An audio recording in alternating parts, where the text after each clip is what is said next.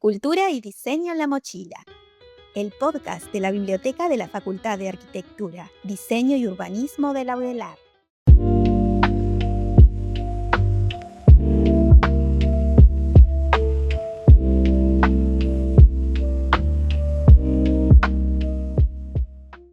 Muy bien, hola.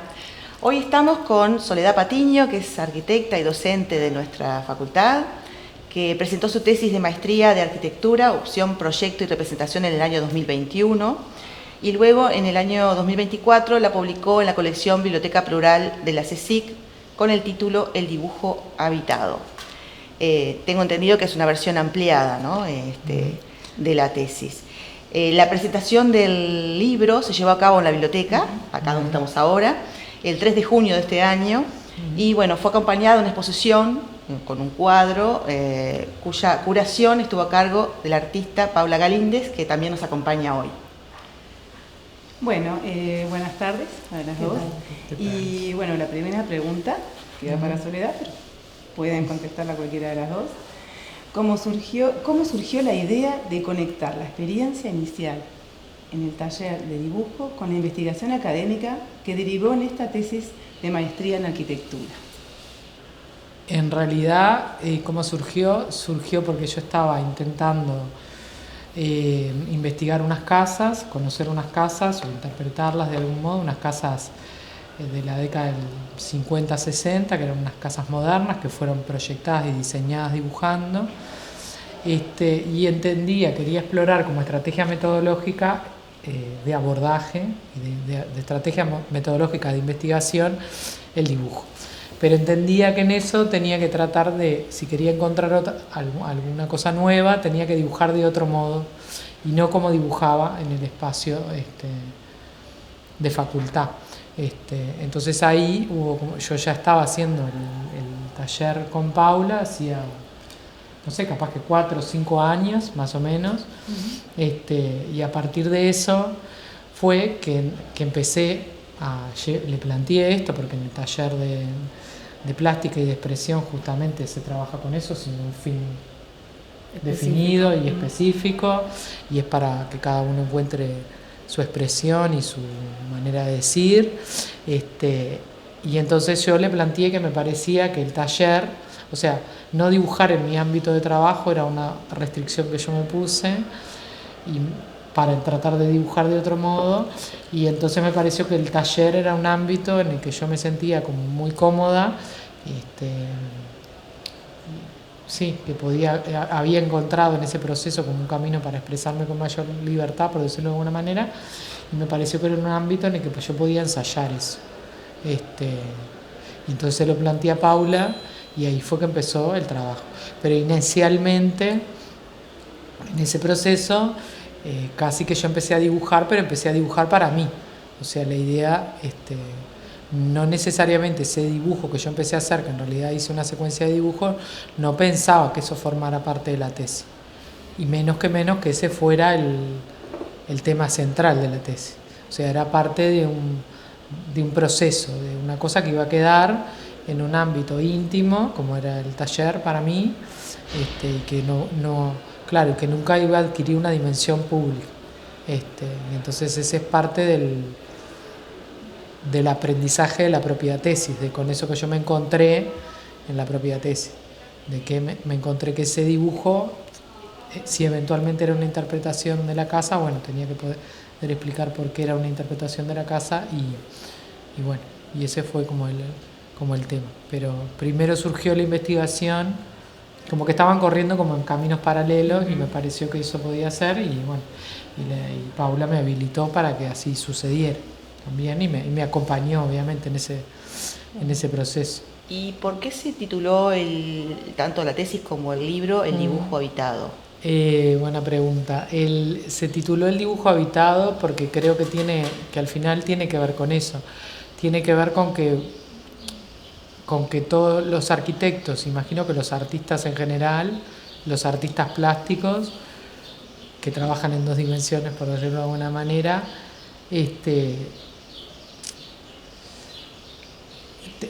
tienen que empezar, no sé cómo decirlo, tienen que pegar un salto y meterse dentro del cuadro y realmente habitarlo y estar ahí para ver qué sucede estando ahí. Me explico, no pueden, que eso era otra cosa.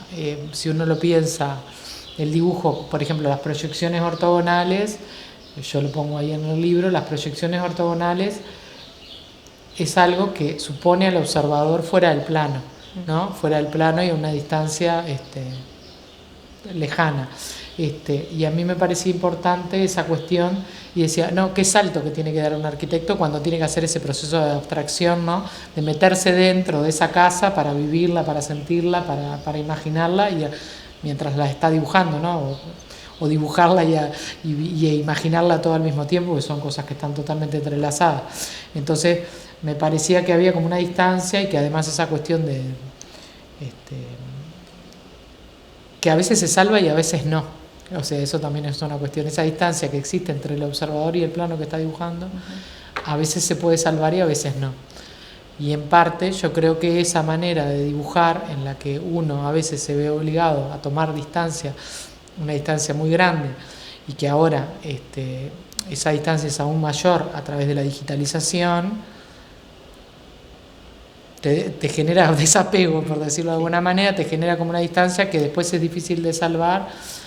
Y yo creo que eso termina repercutiendo en la manera que diseñamos y que proyectamos arquitectura. Entonces había una cuestión de volver a esa cosa más manual, más corporal, ¿no? Donde hay como una cosa, como una interrelación mucho más fuerte, donde en definitiva el dibujo es parte de una exteriorización, diría mi tutor, una exteriorización del cuerpo, entonces uno termina para mí habitándolo. Y paradójicamente además termina resultando que en ese dibujo hay dos personajes que habitan el dibujo, que fue una pregunta que yo en un momento me hice, bueno, que voy a hacer un dibujo, una casa, fue mutando y dije, bueno, pero acá ¿vive alguien o no vive alguien? Y yo me hice esa pregunta, decidí que sí, que tenía que poner unos personajes, unos habitantes dentro del plano del dibujo mismo y de la casa misma. Y cuando empecé el proceso de investigación, de escritura, vamos a ponerlo así, decidí que la estrategia narrativa iba a ser la estrategia de investigación. Entonces resolví que iba a partir de una incógnita, que no sabía de quién era el dibujo, que no sabía de quién era la casa y que no sabía quién era el autor del dibujo, y empiezo preguntándome por esos habitantes de la casa. Y a partir de esos habitantes de la casa yo termino descubriendo una cantidad de cosas que yo ignoraba antes cuando monté esos habitantes ahí. Entonces termina viendo como un doble juego, y es que el dibujo claramente estaba habitado y que en eso de habitarlo estaba como, ¿no? Como lo sorprendente también. Sí, fueron los que revelaron todo lo que fue pasando y forman parte esencial. Sí. Como tesis es algo bastante disruptivo, digamos, ¿no? Por decirlo de alguna forma, ¿no? Porque no es para nada, me parece, aún dentro del ámbito de la arquitectura, no es bastante, digamos, original la forma de la investigación y de la tesis en sí misma, ¿no? De la forma de una tesis, lo que uno tradicionalmente se entiende como una tesis. Sería en estilo ensayístico, sí, pero que supone muchas audacias, ¿no? Me parece a mí. Sí, tiene que ver, el dibujo habitado también hace, que se llame el dibujo habitado, tiene que ver con el proceso de creación también, ¿no? Eso de habitar el dibujo, ¿no? Cuando acompañamos procesos creativos, que en este caso la intención de Sole era investigar sobre lo que quiso investigar, habitar el dibujo tiene como que ver de meter el cuerpo, ¿no? Cuando estamos habitando una casa, el cuerpo es la primera casa que habitamos, entonces poner en el dibujo lo que somos corporalmente, lo que carga, ¿no? La neurociencia habla de que cargamos memorias, sensaciones y cosas en el cuerpo, entonces al dibujar e involucrar, implicarnos en el dibujo desde el cuerpo, hace que toda esa memoria emane a través de esa gestualidad del cuerpo, y entonces se ponen en juego nuevas cosas para esa investigación que podría ser académica, pero que implica corporalmente y pone en juego esas memorias corporales. Por eso también el habitar el dibujo es como meter un poco el cuerpo también desde ese lugar. Y después, con respecto a lo que vos me preguntabas de eso de la cuestión metodológica, Sí, yo lo tengo claro eso.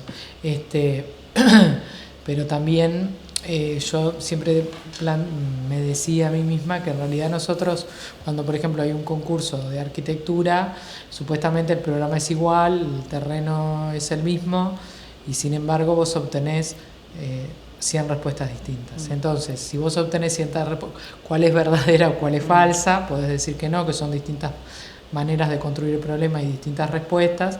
Y a mí me parecía que esa cuestión que se reclamaba, y fue parte de lo que fui aprendiendo, que tenía que ver con eso de nuevo, de separar al sujeto que está investigando de lo que está investigando. Ahora ya en la filosofía y antes ya hay otras corrientes que dicen que no, que es imposible separar al sujeto del objeto de estudio y que es una relación y una construcción, pero nosotros creo que por lo pronto en la facultad en un momento como que se había importado, se importa ese modelo que viene más a mi entender de lo que son las ciencias duras, ¿no? Tratando de usar ciertas estrategias metodológicas, ¿no? Y a mí me parecía que si en realidad a mí el proyecto entendido como un modo de pensamiento me servía para algunas cosas, como para diseñar una casa, porque no me podía servir para entenderla y en ese sentido también aportar conocimiento. Y además, porque el dibujo, que es tan fundamental para proyectar, no tenía que ser un elemento subsidiario a la hora de investigar. Entonces, ¿por qué no tenía que ser un elemento central? Y también en eso hay otra cuestión, en eso que vos decías del ensayo, de cuál es claro, como hasta la manera, yo me di cuenta que una manera era que vos tenías que poder explicar el proceso, que parte del asunto del método que dice Edgar Morin es lo contrario a algo que sirva para todos, sino que vos haces un camino que después podés explicar. Y en la medida que vos recorres un camino que después podés explicitar y por tanto tenés una conciencia reflexiva de eso, es que eso se transforma en conocimiento, es compartible para otro. Claro. Entonces hay como toda una cuestión ahí que lo tuve claro porque ahí incluso hay momentos que están dentro de la tesis. Mucha gente cree que hay más espacio de ficción del que en realidad hay. La mayoría de las cosas son ciertas, pero tiene sus momentos en los que hay alguna introducción de imagino tal cosa. Y claro, que eso fuera parte, eso ya estaba en la tesis.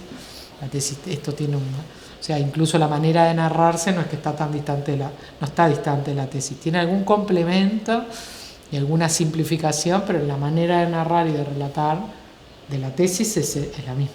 O sea, es el libro. Entonces, eso tuvo sus reparos, obviamente que tuvo sus reparos. Pero me encontré un tutor que eso le dio andamiento, pero cuando él ya no estuvo, eso tuvo sus resistencias, claramente, porque cuál era el componente subjetivo, la implicación, la metodología, todo eso tuvo... Claro. Un poco, la pregunta va un poco también sobre lo que estamos hablando. ¿Qué significó para ti compartir el proceso creativo tan personal y autorreflexivo desde un ámbito académico hacia un público más amplio y diverso? Porque fue arriesgado. Sí. Muy arriesgado. Sí.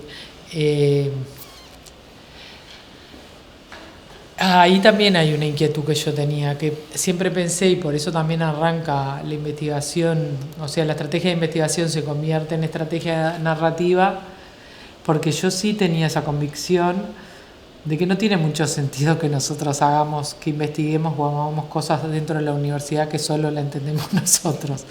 ¿Me explico? Que solo la entiende la comunidad académica.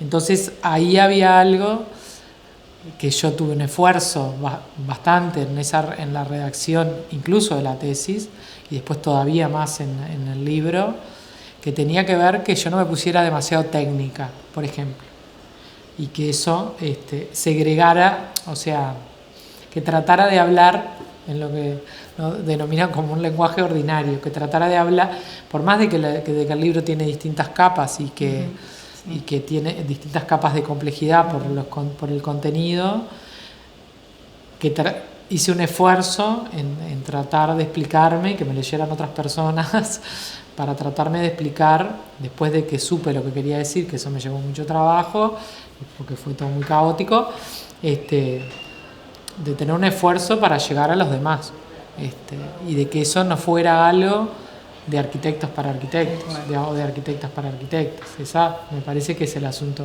de la universidad, porque si no el conocimiento queda como encapsulado, ¿me explico? Y era parte del desafío de que capaz que hay algo de esa desconexión en el momento en el que nos institucionalizamos y nos escolarizamos, hay algo que ganamos pero que también perdemos, entonces hay como que volver después a reconectar con el dibujo, con esas otras formas de narrar. Claro, y hablando de eso, de las formas de narrar, el libro va un poco,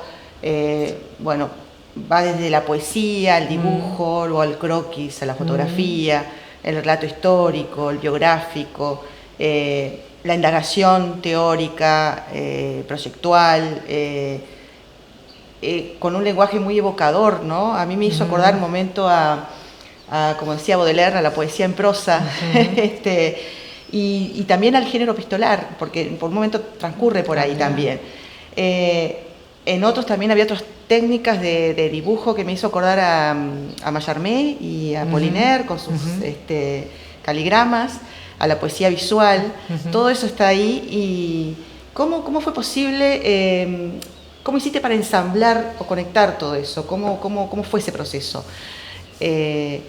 Porque vamos a develar un poquito a ver de qué se trata también el libro, o sobre qué casa estamos hablando finalmente, si podés expresarlo junto con todo eso. Claro, la casa es la casa de Margarita Xirgu, que es actriz y directora exiliada española en Uruguay, que ella,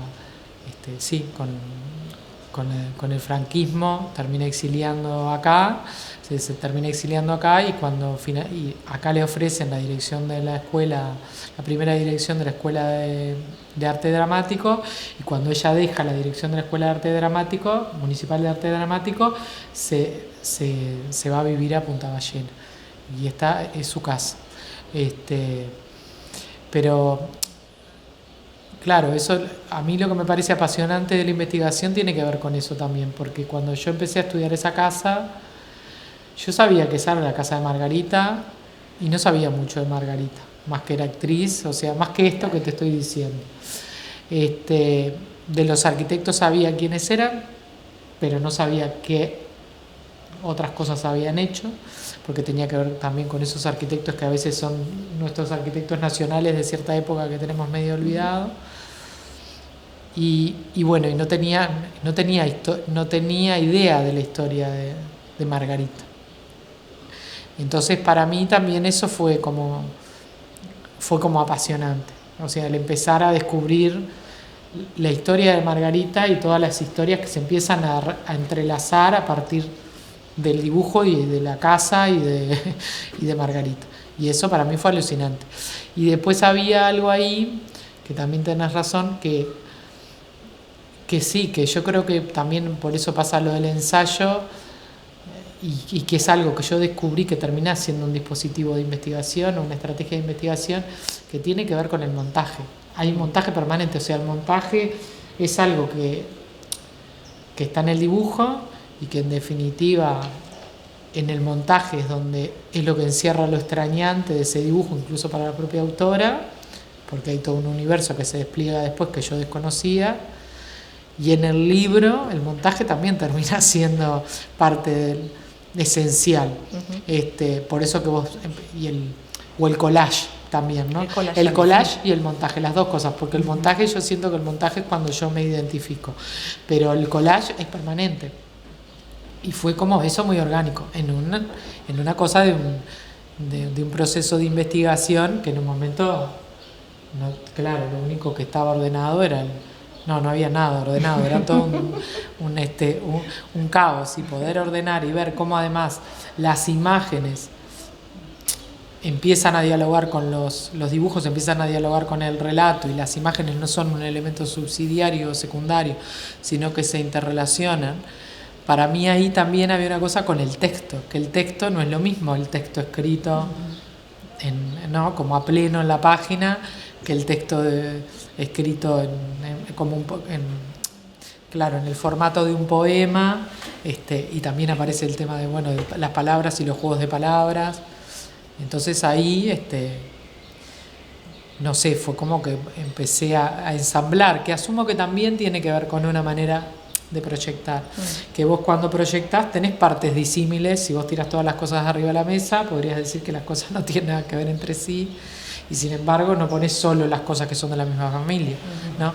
Entonces terminás ensamblando permanente cosas, partes disímiles como áreas sociales con áreas privadas, no sé, por ponerte eso en una cosa sencilla, pero de distinta escala, ¿no? Porque yo qué sé, si tenés un gimnasio, tenés los servicios que son muy chiquitos y los baños y que son muy privados y son muy cerrados y un gran espacio, entonces todo el tiempo estás ensamblando figuras que son de distinta escala, de distinto orden, de distinta jerarquía. Sí, elementos, ¿no? Eso, sí, eso sí. del collage es como hasta el proceso de creación también de collage, donde aparecen, en esto de implicarse en el dibujo, aparece los recuerdos, cosas que recordamos pero no sabemos que estábamos recordando, datos históricos, posibilidades de que uno agarre, y tiene todo ahí sobre la mesa y vas como de ese caos creando un nuevo cosmos, que se va a un nuevo orden, que se va armando y que va armando la propia tesis. ¿Y cómo hicieron justamente para armar todo eso y en el cuadro que luego que pudiera, bueno, el cuadro que finalmente se expuso y que pudiera dialogar con la tesis y con el libro? ¿Cómo fue ese proceso? Estás hablando del dispositivo del cuadro interactivo, más allá del dibujo que generó la tesis.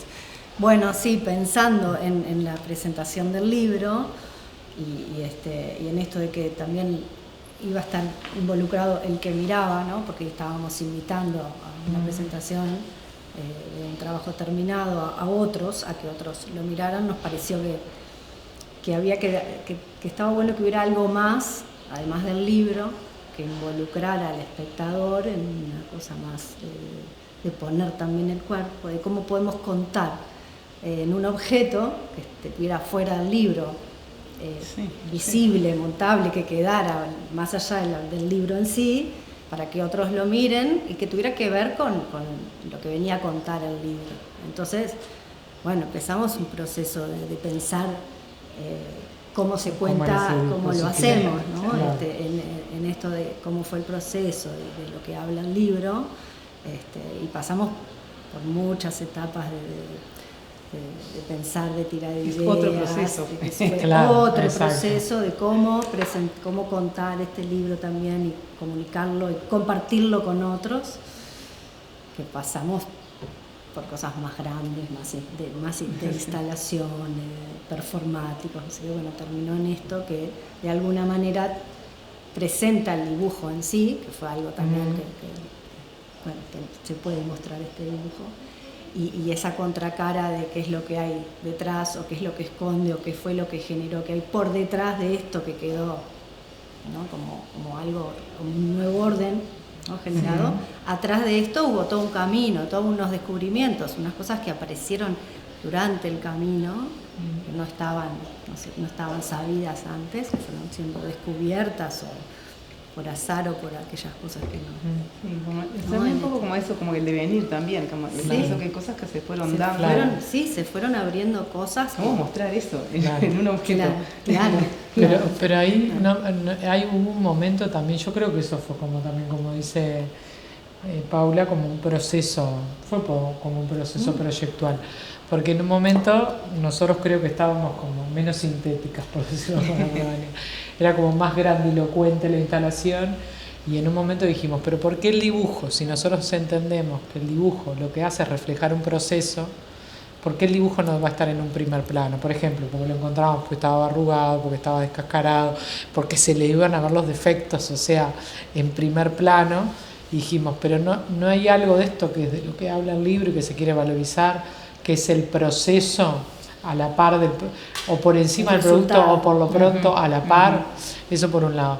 Y después esa cuestión que nos divertía, estoy pensando, que en un momento hablamos de que, claro, de que una imagen, que también es algo de lo que habla el libro, como parece que uno la mira y a simple vista ya la comprende y que no tiene otras capas una cantidad de detrás. lectura, claro. Entonces ahí hubo como ese juego de que el cuadro acercarse un poco tuviera más. un doble frente y que, ¿no? Y de que incluso lo quisimos ver como que lo otro, o sea, lo pintamos a propósito de negro para que fuera como la parte de atrás.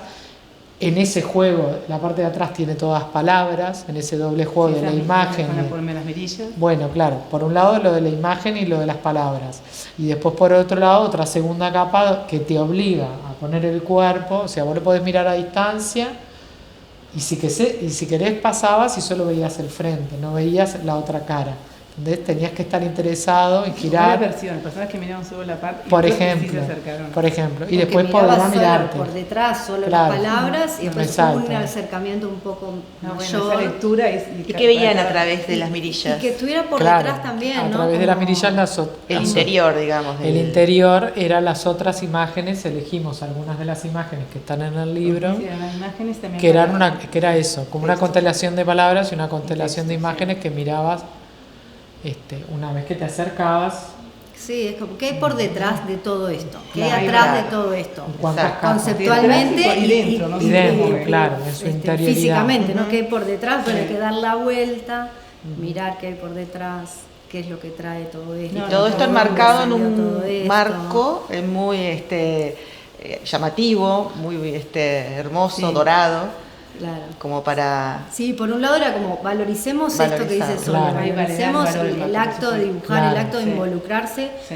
como una manera de acercarse a la cosa, a determinada cosa que uno está interesado, que puede ser La técnica collage ideal, porque con este proceso de porque ideal. van Claro. apareciendo cosas y lo vas sumando, una manera también del gesto de la propia autora que hace a su manera, no está copiando ni fotográficamente ni nada, involucra también eso, entonces resulta algo que es totalmente único, porque tampoco Sí. es recortar imágenes y pegarlas, uno los puede de alguna manera, si tiene esas imágenes, reproducirlo Claro. igual, pero como está involucrado también el dibujo, el gesto propio, ahí sí es único. Y No, es sí, ahí, la verdad que y sí. entonces valorar eso con aquella cosa del marco de la Sí, todo eso importancia, que le da. ¿no? de las cosas sí, grandilocuentes, y como en la historia del arte, ¿no? Que Claro. valorizaba las grandes obras. Tal cual. Valorizar eso, sí, el acto de crear, el acto creativo como algo súper importante también. Y que además ahí, claro, había como una cuestión también de que ahí no se estaba, vuelvo a lo mismo, no es que que lo que está enmarcado no es un dibujo hecho por un excelso dibujante que dibuja perfecto, No, claro, no. Creo que es sino más el tema proceso, está ¿no? en, El claro, hacer. en el hacer, y que en ese hacer hay una riqueza y también está, o sea, y también y que es parte esencial del acto creativo, ahí está latente, me explico, hay como una cuestión de eso, de volver a las... Porque también el dibujo perfecto puede no decir nada, quiero Tal decir, y cual, puede no lo encerrar que nada expresar o expresar o nada. manifestar, Entonces sí. había parte de eso y de ese juego, y por eso elegimos que fuera dorado, porque en un momento decíamos, no, eso se tiene que ver, si se quebró, porque eso estuvo arrollado, he hecho un rollo. Claro. El dibujo que yo lo guardé, porque Digamos lo que esto guardé, fue hecho en el vamos a decir- 2019. Claro, ¿no? 2019. La Ese experiencia dibujo esa, fue del 2019. sí, Estamos en 2025, claro, cuando lo 2018. estiramos. 2018, pero cuando lo estiramos, claro, se empezó a craquelar, cuando lo pegamos le pasaron cosas. También como valorar la fragilidad, la imperfección Sí, tal cual. de esos caminos que Sí. llevan a cosas maravillosas, por supuesto, pero que están cargados de cascares, de cosas, de que también eso También es parte, es claro. parte, Proceso exacto. también. Y eso también sabiendo dónde lo estábamos ubicando.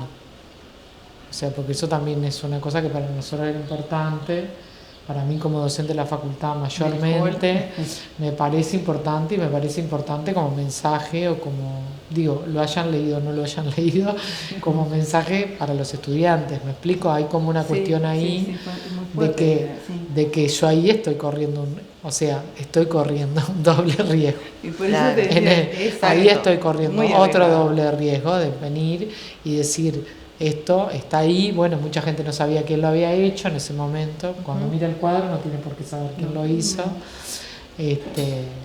pero surgió con los alumnos, porque dijeron, porque está ese cuadro tan infantil en el hall, ¿entendés? Entonces esa conversación se dio. Sí.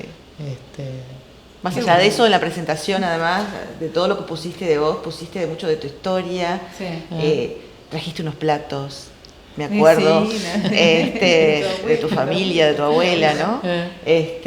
Un tocadiscos para escuchar los versos de María Casares, los versos de García Lorca.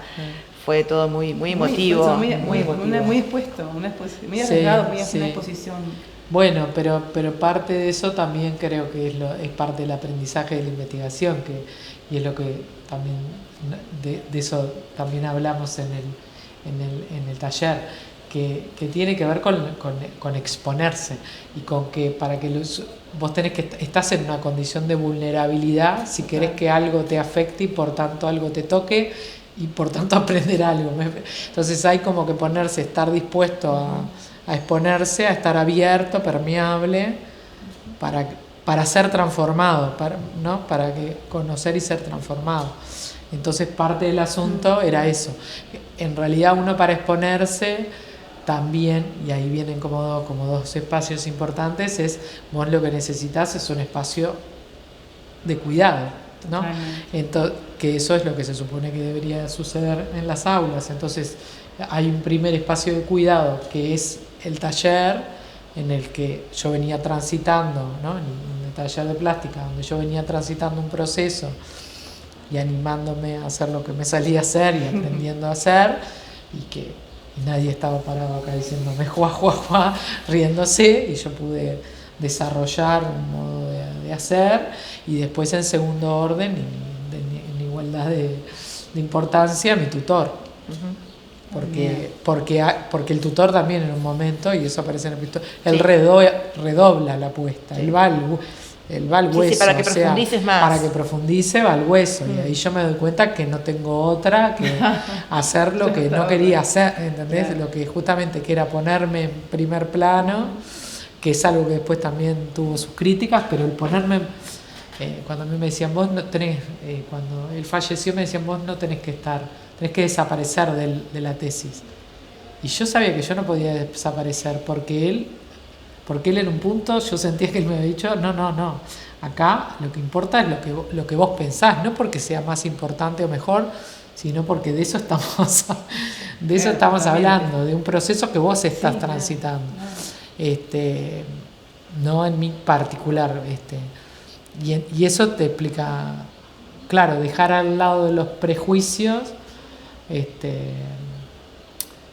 y conectarte con lo íntimo te deja en una situación, sí, de vulnerabilidad y de exposición, pero es parte del asunto para que el intercambio suceda, como bien dice.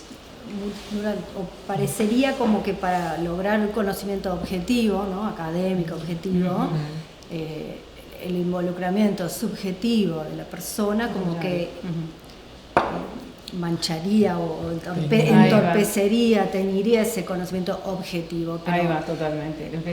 Generalmente la academia ya no es más de lo que se está tratando de que estemos involucrados en ese conocimiento, porque venimos cargados por una historia, por una cosa más filogénica y además de lo ontológico, pero a partir de eso es que podemos seguir avanzando en el involucramiento personal para como después... que lo veo más.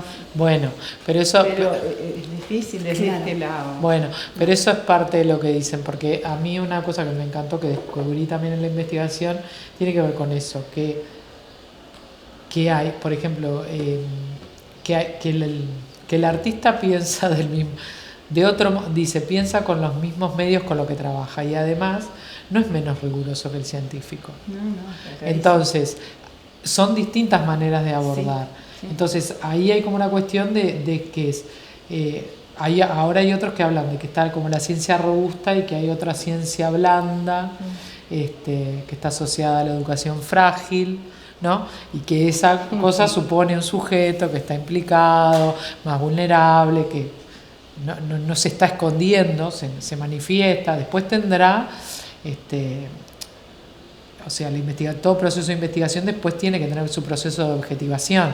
Pero objetivar es, dirían, bueno, mi tutor siempre decía, si vos estás dibujando, vos estás objetivando, porque no es solo una manifestación tuya el dibujo, es un espacio intermedio entre lo que vos estás queriendo aprender o entender y lo que vos sos. Entonces, eso hay un proceso de objetivación. Y en la medida que vos escribís y podés explicar qué es lo que está sucediendo, explicar o abrir un proceso, también es un proceso de despegarte de eso, que era una experiencia meramente personal y que solo la entendés vos, al hacerla compartible y por tanto interpretable por otros, es también una manera de objetivar. Entonces ahí hay como una cuestión.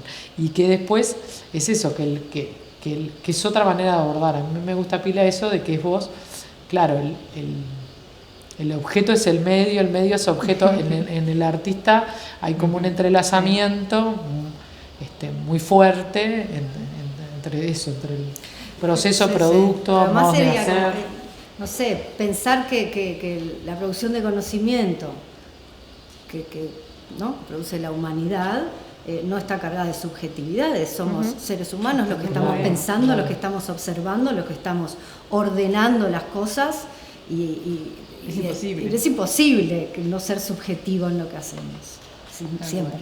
Entonces, bueno, dejemos que eso también, pongámoslo sobre la mesa, con las mejores, dejarlo que salga con las menores barreras posibles y después, bueno, ahí sí, uno ordena, ¿no? Sí, tal cual. Pero es un poco eso. Te requiere creativo, claro. el desafío de la reflexividad, ¿entendés? Que es eso, que es poner en palabras. Por eso yo siempre digo que hay un ejercicio ahí que fue como el más difícil, que era de ser observadora y metaobservadora, de observar el propio proceso, que es medio, ¿no? Claro, me por imagino, momentos un poco, claro. Debe haber sido impresionante. Sí, por momentos te angustias, por momentos estás completamente perdida. Eso es parte del proceso. Claro, pero es parte del asunto. Y a mí me parece que es lo... Y tener un espacio que te sostenga también. Claro, exacto, eso es lo que un estoy espacio diciendo. de cuidado, un espacio donde, bueno, Claro. momentos de zozobra de alguna manera Claro, puedan claro. ser sostenidos para poder trascender esas pequeñas barreras que se van poniendo a medida que uno va avanzando y bueno, dar el salto y seguir adelante. Ajá. Sí. Y del valor del docente también. Yo pienso que, ¿no? Sí. Como que todos necesitamos que alguien nos vea. Sí, en un exacto. punto hay una cuestión ahí de que... Y eso, yo lo veo como docente, ¿no? Después a uno le parece que... Yo la otra vez escribí algo de esto, que claro, que como uno ya está grande, le parece que como uno está grande no lo necesita, pero lo necesita del mismo modo que los estudiantes de 20 años. Exacto. Es lo mismo. Y bueno, todo este proceso, digamos, lo podemos leer en el libro que se encuentra en la biblioteca. Exacto. Así que les invitamos a todos para que lo vengan a leer acá y a compartir todo esto. Muchísimas gracias por habernos acompañado. Muchísimas gracias a ustedes. Ha sido un placer. Igualmente, sí, un placer. igualmente. Muchísimas gracias Gracias por recibirnos. por la invitación. Muy bien. Seguinos en nuestras redes sociales: Instagram, bibliotecafadu.udelar, YouTube, Departamento de Documentación y Biblioteca FADU Udelar, Facebook, FADU Departamento de Documentación y Biblioteca, y en la página web de la FADU, fadu.edu.uy/biblioteca-central.